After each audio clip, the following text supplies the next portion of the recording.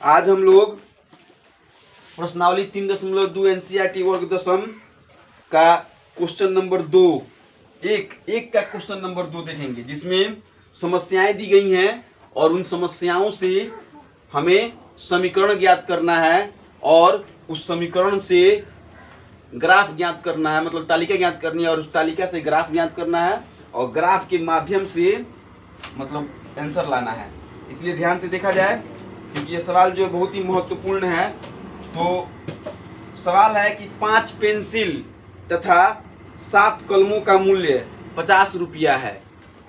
5 pencil और 7 कलमों का मूल्य 50 रुपया है। तो ऐसी स्थिति में माना कि एक पेंसिल का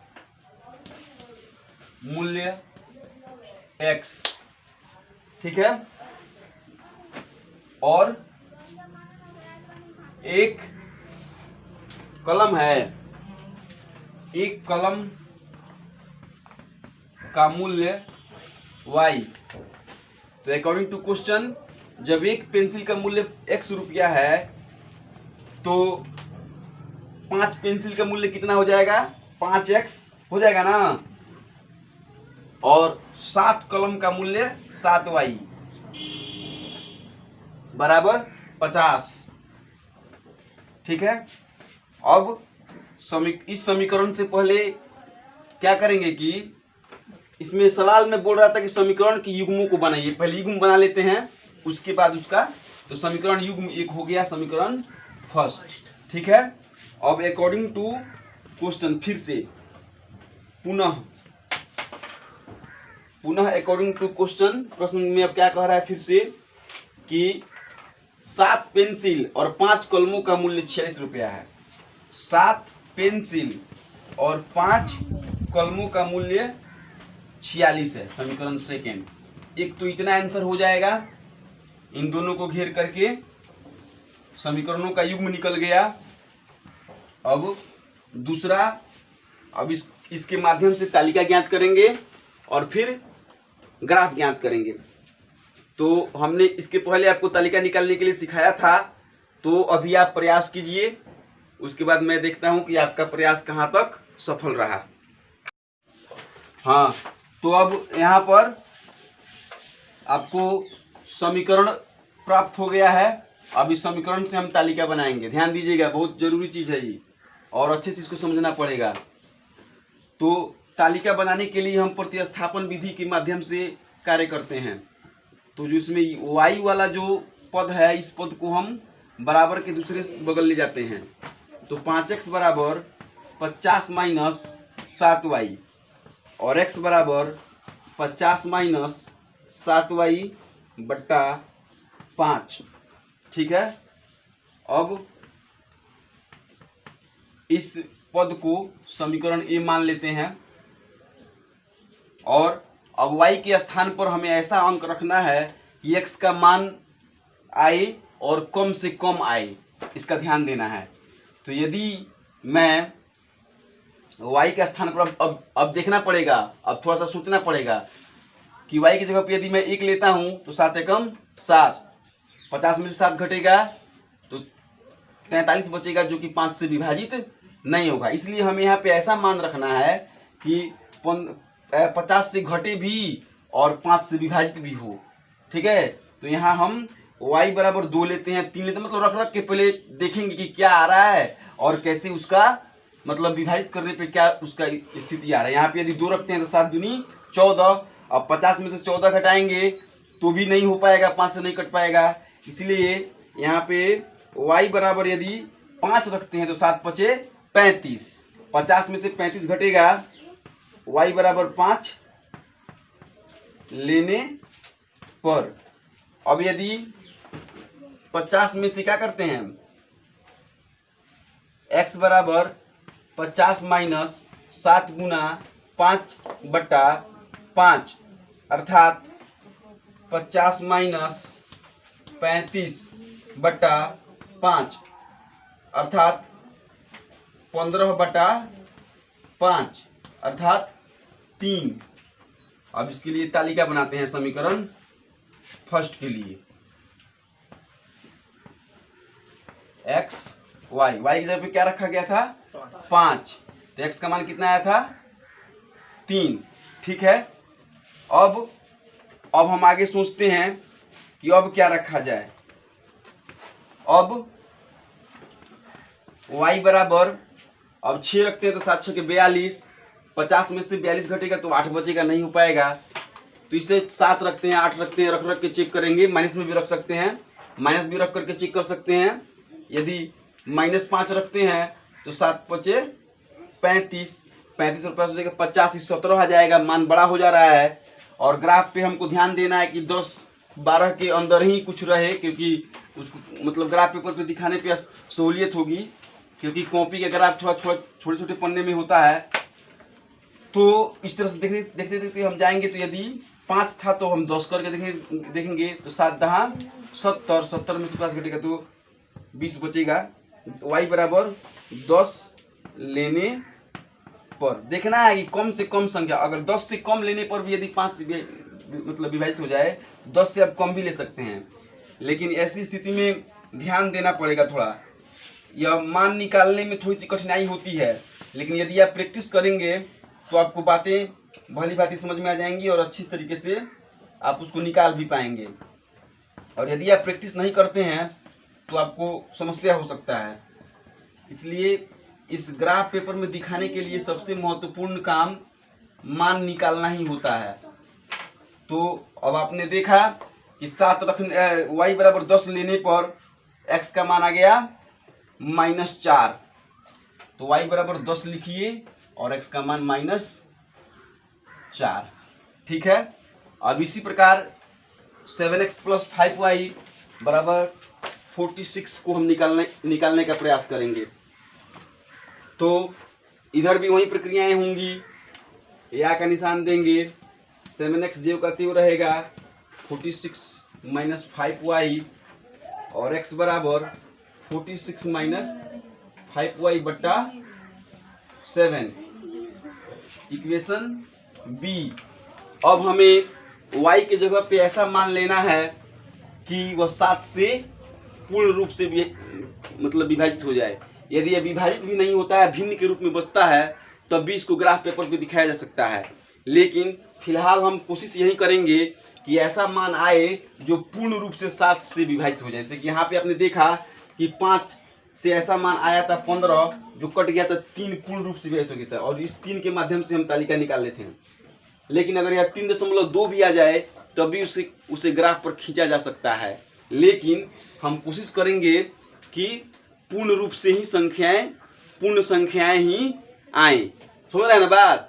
अगर नहीं आती हैं पूर्ण संख्याएं तो दशमलव में निकाल करके भी ग्राफ खींच सकते हैं। लेकिन पहले तो कहीं भी कोई काम करना होता है तो पहले हम आसान रास्ता ही चुनते हैं, उसके बाद कठिन रास्ता चुनते हैं। तो आसान रास्ता यहाँ पे यही है कि पहले पूर्ण रूप से भी मतलब उसको विभाजित करें। ठीक है, इस बात को पहले समझ लीजिए अच्छे तरीके से, क्योंकि यदि आप समझ लेते हैं तो आपको भी अब इससे बनाना होगा। हमारे बनाए गए सवाल को सिर्फ देख लेने से आपका काम पूरा नहीं होता है। आपको जो सवाल मिले उसको पूर्ण रूप से अपनी मर्जी से अपने तरीके से मान बैठाना और उसको काट करके लाना अगर आ गया तब समझिए कि आपको गणित आ रही है। नहीं तो सिर्फ आप देख करके बोर्ड से उतार लीजिएगा और उसको समझ लीजिए कि क्या क्या हुआ है, तो काम पूरा नहीं होता। जब तक आप खुद से नहीं करते हैं तब तक काम पूरा नहीं होता है। तो यहाँ आप देखिए y की जगह पे अभी यदि आप 1 रखते हैं तो 46 में से 5 घटेगा तो 41 बचेगा, जो कि 7 से विभाजित नहीं होगा। तो यहाँ क्या रखा जाए, अब सोचिए। 2 रखा जाए, 3 रखा जाए, 4 रखा जाए, रख के उसमें घटाया जाए, देखा जाए तो 5 रखा जाए। 25 में से 6 घटेगा, रख के देख लिया जाए। तो कभी कभी ऐसा भी हो सकता है कि जब आप मान रखें और काम नहीं हो पाए तो उसको काटना भी पड़ेगा, रफ में आपको सीखना पड़ेगा। y बराबर 5 लेने पर x बराबर आ जाएगा 46 - 5 × 5 बटा 7। तो 46 - 25 बटा 7। अब 46 में से 25 घटेगा तो 21 21, 21/7 कट गया, पूर्ण मान आ गया। अब इसके लिए हम तालिका बनाएंगे। समीकरण सेकंड के लिए यहाँ बना लेते हैं, छोटे छोटे अक्षरों में बना लेते हैं, आप इसे समझ लीजिएगा। x y, तो मान क्या रखा गया था 5, किसका, y का, तो आया कितना था 3 x का। ठीक है, अब फिर सोचेंगे कि अब हम y का मान क्या रखें कि पूर्ण रूप से विभाजित हो जाए। तो y के जगह पे अब 6 रख के देखेंगे। 6 5 30, 36 आएगा जो नहीं कटेगा। 7 5 35 नहीं कटेगा।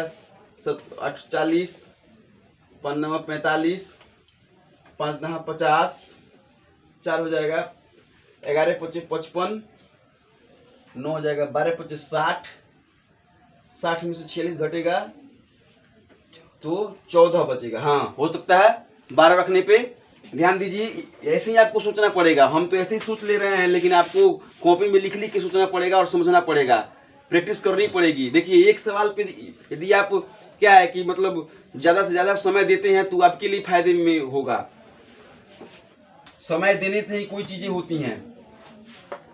तो यहाँ लिखेंगे अब y बराबर 12 लेने पर, ठीक है, तो x बराबर हो जाएगा 46 माइनस 5 गुनी 12 बट्टा 7। तो 46 में से 46 माइनस 60 बट्टा 7, 10 में से 6 जाएगा 4, 5 में 4 जाएगा 14, माइनस 14 बट्टा 7 कटेगा तो 2। अर्थात आपको जब आप क्या रखें y बराबर 12 रखें तो आपका मान आया -2।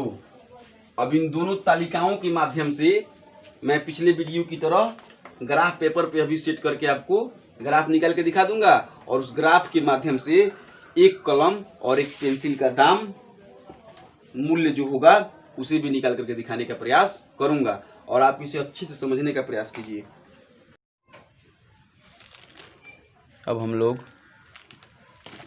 समीकरण ए की तालिका और समीकरण बी की तालिका ज्ञात कर चुके हैं। अब इस तालिका से ग्राफ खींचना है। ठीक बीचों बीच वाली लाइन को y और y डैश अक्ष मानेंगे, और इधर से बीचों बीच वाली लाइन को x और x डैश अक्ष मानेंगे। इसके पहले वाले ग्राफीय विधि द्वारा हल करने वाले वीडियो को मैंने बहुत ही बारीकी से बताने का प्रयास किया है, और हमें ऐसा है कि आप लोगों ने उसे बारीकी से समझने का भी प्रयास किया होगा। तो इसके पहले मैंने 10 वर्ग बराबर 1 इकाई माना था, लेकिन इसमें 5 वर्ग बराबर 1 इकाई लेना पड़ेगा, क्योंकि y का मान 12 और इधर y का मान 10 है। यदि 10 वर्ग इकाई में लेता हूँ तो 1 2 3 4 5 6 7 तक ही मान पहुँच पाएगा।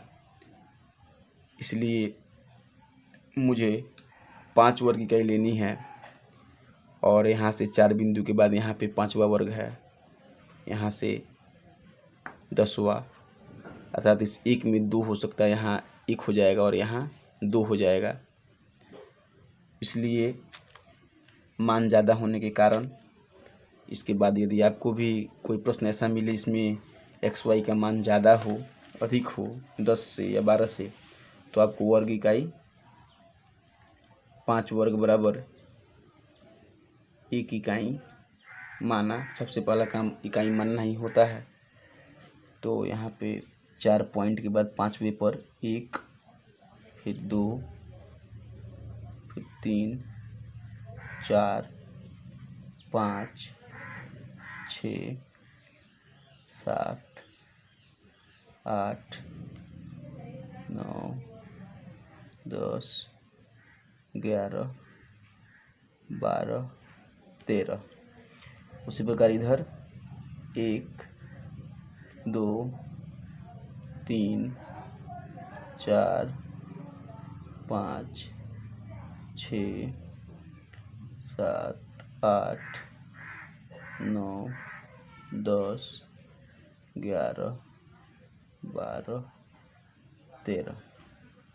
यहाँ -1 इधर माइनस में होता है और इधर प्लस में। इसके पहले निर्देशांक ज्यामिति या अन्य वीडियो में हमने आपको बताया भी था, और हमें आशा है कि आप इसको याद भी रख पाए होंगे। यदि याद नहीं रख पाए तो फिर से याद कर लीजिए कि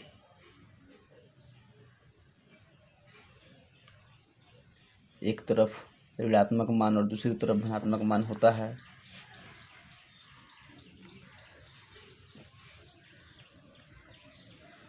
और यह मूल बिंदु, इसको 0 द्वारा संबोधित किया जाता है।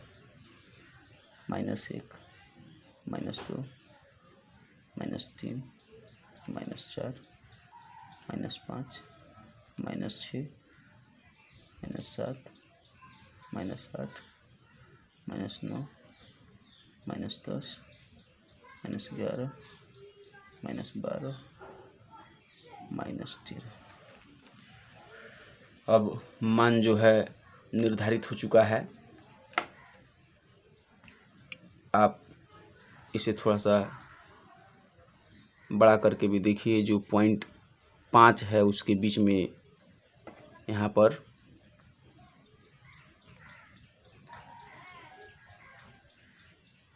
यहाँ जो एक दिखाया जा रहा है, यहाँ पे एक पतली लाइन आपको दिख रही होगी। थोड़ा सा मैंने बड़ा करके दिखाने का प्रयास किया है वीडियो में। हालांकि आप जब ग्राफ पेपर में देखिएगा सामान्य तरीके से तो आपको आसानी से यह लाइन दिख जाएगी। यहाँ दिख रही है 1, फिर यहाँ 2, फिर यहाँ जो है 3 लाइन दिख रही है आपको, फिर 4 पे तो मोटा लाइन है तो आपको दिख ही रहा है, 5 पे थोड़ा पतला लाइन है दिख रहा है। इसको हमने बड़ा करके दिखाने का प्रयास किया। अब आप जो है अपनी कॉपी से भी लेकर के बड़ा कर सकते हैं। अब फिलहाल मैं ये जो पॉइंट बना हुआ है इस पॉइंट के माध्यम से तालिका खींचने का प्रयास कर रहा हूँ। तो पहला है x बराबर 3 और y बराबर 5। तो x का मान हो गया 3, यह x है, यह y है, यह x डैश है और यह y डैश है। x बराबर 3 और यह जाएगा 5 तक, तो 3 आएगा 3 वाली लाइन में। तो यहाँ आपको 5 दिख रहा है, 5 वाली लाइन में यहाँ पतली लाइन दिख रही है। थोड़ा ध्यान से दिखिएगा तो यहाँ बिंदु लगा देंगे और बिंदु लगाने के बाद इसको घेर देंगे। ध्यान रहे जो यहाँ पे एकदम 19 डिग्री के कोण बनेगा दोनों लाइनों के माध्यम से, 5 इधर और 3 इधर। वहीं पे उसी बिंदु को मानना है और लिख देना है 3 और 5। दूसरा -4 और 10, -4 x में -4 और y में 10, अर्थात -4 मोटा लाइन जाएगा 10 तक, 10 में भी मोटा लाइन बिल्कुल 90 डिग्री की एंगल पे। ध्यान दीजिए, इधर से 10 और इधर से 10, एकदम 90 के एंगल पे बिंदु केंद्रित करेंगे और इसको गोल घेर देंगे और लिखेंगे -4 और 10। तो यह जो है समीकरण ए का ग्राफ निकला। अब इसको आपस में ध्यान रहे बिल्कुल बिंदु से बिंदु को ही मिलाना है, रेखाएं इधर उधर ना हो। बिंदु के बगल में आप इसको भी मैं बड़ा करके दिखा देता हूँ। देखिए बिल्कुल बिंदु के बगल से इसी तरीके से आपको स्केल लेकर के खींचने होंगे। ठीक है, अब खींचा जाए बिल्कुल लाइन, पेन को सीधा करके, पेन टेढ़ा मेढ़ा नहीं होना चाहिए, नहीं तो लाइन भी टेढ़ी मेढ़ी हो जाएगी। इस तरह से आपने देखा कि समीकरण फर्स्ट का ग्राफ प्राप्त हुआ। अब समीकरण सेकंड की बारी है। तो x बराबर 3 और y बराबर 5, x बराबर 3 और y बराबर 5, मतलब समीकरण सेकंड में भी यही बिंदु है। और x बराबर -2, x बराबर 3 y बराबर 5 को लेकर मैंने खींचा। अब x बराबर -2 और 12 को लेकर के, x बराबर -2 और y बराबर 12, तो -2 से आप जाइएगा 12 तक, अर्थात इस 10 और 4 के बीच में यहाँ बिंदु केंद्रित हो रहा है। आप देख रहे हैं इधर से 12 और इधर से -2, यह थोड़ा सा बिंदु और ऊपर जाएगा, बिंदु यहाँ पर जाएगा, ठीक है। और इसको गोल घेर देंगे। यदि मुझे ऐसा होता कि यह यहाँ पे बिंदु आता तो मैं 4 और 12 यहाँ, 4 और 10 यहाँ नहीं लिखता, यहाँ लिखता, तो आपको ये बातें समझ में आती। इसीलिए ग्राफ पेपर पे जो भी प्रक्रियाएं होती हैं वह पेंसिल से होती हैं, लेकिन मैं पेन से इसलिए बना रहा हूँ कि आपको बातें ठीक से समझ में आए और साफ साफ आपको दिखाई दे। अन्यथा इसे पेन से नहीं बनाया जाता है, ना ही प्रैक्टिस करते समय, ना ही स्कूल में एग्जामिनेशन हॉल में बैठते समय। ध्यान रहे आप ऐसी गलती फिर ना करें। अगर मैं पेंसिल से बनाया होता तो यहाँ रेजर की सहायता से इसे मिटा देता और 4 और 10 को इधर लिख देता, लेकिन ऐसा नहीं संभव है। दोनों पॉइंट एक ही में जाके मिल गया, इसलिए आपको अब इन दोनों लाइनों को जो है, दोनों बिंदुओं को यहाँ से मिला देने हैं, ठीक है।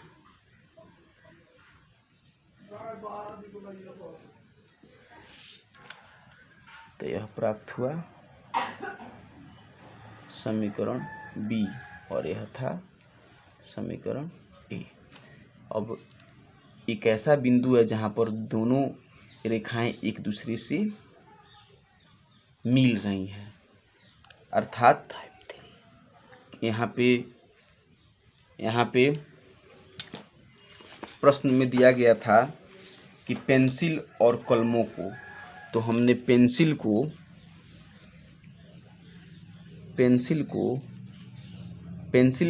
के एक पेंसिल के मूल्य को x माना था और कलम के मूल्य को y माना था। तो x का मान यहाँ पे 3 है, जहाँ पे दोनों बिंदु मिल रहा है, इसका मतलब हुआ 3 रुपया, और यहाँ पे 5 है, जिसका मतलब हुआ 5 रुपया। अर्थात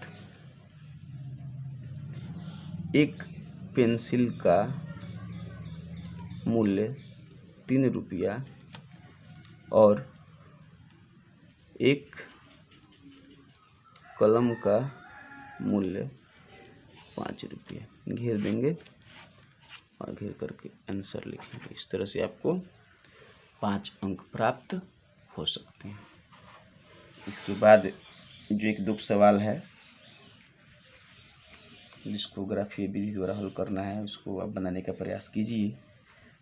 यदि नहीं बनने पर भी सारा इस चैप्टर जो है इसी तरीके से, इसमें जहाँ जहाँ ग्राफीय विधि द्वारा हल करने की बात की गई बनाइए, और नहीं बनने पर कमेंट में क्वेश्चन नंबर को डाल दीजिए, उसे वीडियो बना के अपलोड कर दिया जाएगा, या क्लास में मिल सकते हैं तो क्लास में मिलिए।